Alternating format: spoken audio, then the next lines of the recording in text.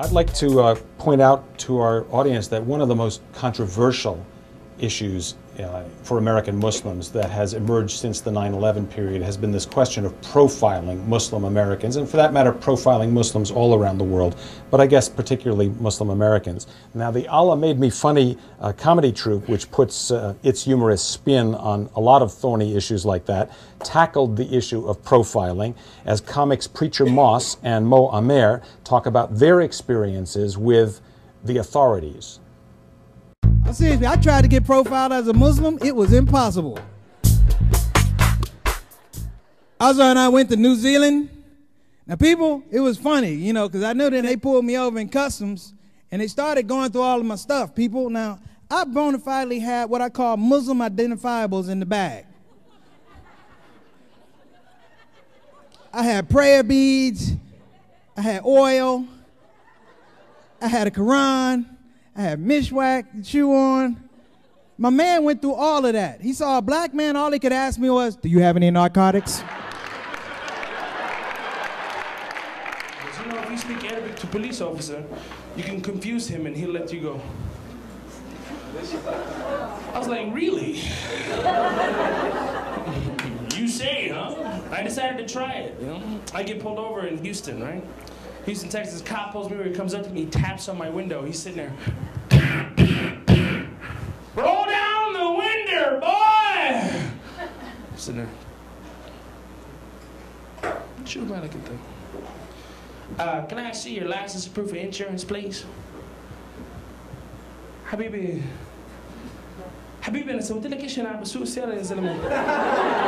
انا رايح على المسجد، حتروح علي صلاه المغرب ان شاء الله. حصلي لي كم ركعه واروح الدار. انا سويت لك ايش عن جد؟ انا مش فاهم بالمره انت ايش وقفني. انا كاس لايك oh hell no. You didn't stop at the stop sign. ستوب ايش يا زلمه؟ انا عم بسوق سياره كم مره بدي احكي لك رايح على المسجد صلي لي كم ركعه وانت واقف ستوب ستوب ستوب. انت ايش قاعد تحكي؟ انك كاش لايك yo no habla español. Works, man. He let me go. All right. There's a good example of profiling. What do you think, Azra? Is it effective? Does it serve a purpose to profile people in some situations? Well, I think that there are two sides of the coin. I mean, first of all, human beings do profile. We all do it at some level. However, as a policy, as an instituted policy, either legally or from a social policy standpoint, to try to ferret out who the bad guys are, is, in my view, completely ludicrous. It's ineffective. It's illegal. As far as I'm concerned, it's offensive to the traditions of this country. And I think bottom line is it doesn't work. And I think the only people that really argue for it are those who are motivated by very racist and prejudicial understandings and perceptions of Muslims as a people. We have a question from someone here in the audience at American University who is asking our panel to comment on the issue of profiling from a psychological point of view. Profiling does cause psychological damage, but certainly, there are people in our communities that are equipping us to challenge all of that, and certainly through humor is one way.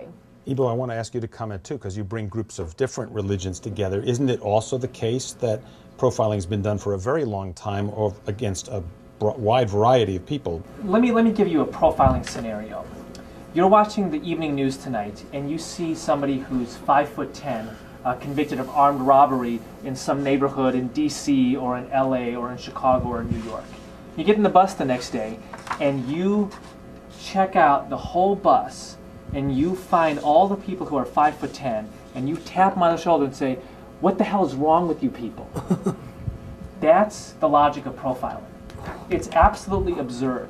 It's taking out of context a characteristic of somebody, and when you do it around big ears or broad shoulders or small feet, and you say all people with small feet are Y, you know it's absurd. But when we do it around skin color or religion, it somehow borders on institutionalized policy. Right? So we know right now in America that when you profile somebody based on skin color, it's called racist. right? And when you profile somebody based on religion, guess what? It's also racist. Like Dr. Patel said earlier, whether it's be done because of the color of your skin, that is racism. And also, again, if you're being profiled and singled out because of your religious affiliation or your religious beliefs, the point remains, it is still racism. Almost every single time I have left the country, when I come back, I would see the custom agents waiting for me at the jetway. Not that they get me when I go in there. No, actually, they would be waiting at the jetway, and they'd actually have my name, and they would, ask all the passengers when they come out to please open your passport and to check out the names. And they have about 5 of them in the jetway. And when I get in there, I show them my passport, and one of them will actually yell and will say, I got him, and all 5 of them would leave, and nobody else is checked simply because they were waiting for me there. It is really sad, and you would not expect this to happen in the U.S., especially when it comes to religious freedom. I have a question here from someone here at American University. I do a lot of airline travel, and I feel like profiling is not an issue unless it's very undercover. I'm going to assume that was asked by a Muslim. Anybody own up to that? I wrote that. Are you a Muslim? Yes. Okay, so a Muslim is saying you don't see this as a problem. Are there a lot of Muslims who, with whom you speak, who say, what are we making a big deal about profiling? It's not that big a deal. I think that, first of all, again, this underscores the point that everybody's experience is their own experience. What we're talking about is, I think, institutional policy and not how any one individual might experience reality. We're talking about the fact that there's a very real conversation in this country right now about asking Muslims to carry a special identification or what have you, or the fact that there are very real discussions happening at very high levels about instituting policies that would discriminatorily impact one particular community. We're still grappling with trying to understand what the profile of the Muslim looks like in the first place. What I mean by that is it often does not encompass, for example, the African American Muslim experience, which is 1/3 of the Muslim community in America. And when most people hear the word Muslim used in the public discourse, they don't associate it with African American Islam. They don't think Muhammad Ali or Dave Chappelle or Kareem Abdul-Jabbar or Ahmad Rashad, etc. It doesn't occur to them that those people are Muslim. People think that Arab equals Muslim. Generally, in terms of profiling, people always thought I was Puerto Rican growing up, so I didn't really have too many problems. My mother used to take us to the rodeo every year, and she wears a headscarf like the professor is wearing there, and she's completely comfortable with herself. She didn't assume that people were gonna look down on her, we're gonna profile her, we're gonna say anything to her. And I mean, a lot of times it's about how comfortable you are with yourself and how much you expect that to happen. I'm not saying that doesn't exist. It certainly exists. But even the times that it happened to me, I had 100 good days, 100 good experiences. So a couple bad things here and there don't really bother me too much. I understand that a lot of Americans have concerns around security, particularly at airports. So do I. 9/11 hit us all.